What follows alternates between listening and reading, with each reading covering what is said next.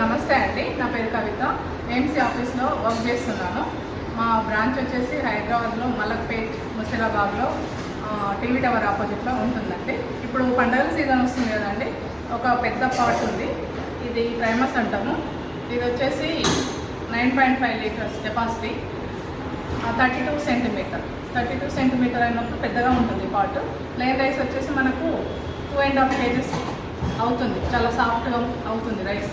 బిర్యానీ అయితే 3 kgs అవుతుంది. బిర్యానీ చేసినప్పుడు మనం బయటకి పాత్రలో చేసినప్పుడు ఇదంతా సీల్ చేయాల్సి వస్తుంది. దీంట్లో అవసరం ఉండదండి. ఓన్లీ బిర్యానీ కాకుండా మనకు పండుగలు వస్తున్నాయి కదా, ఇప్పుడు వినాయక చవితి వస్తుంది, ఫెస్టివల్.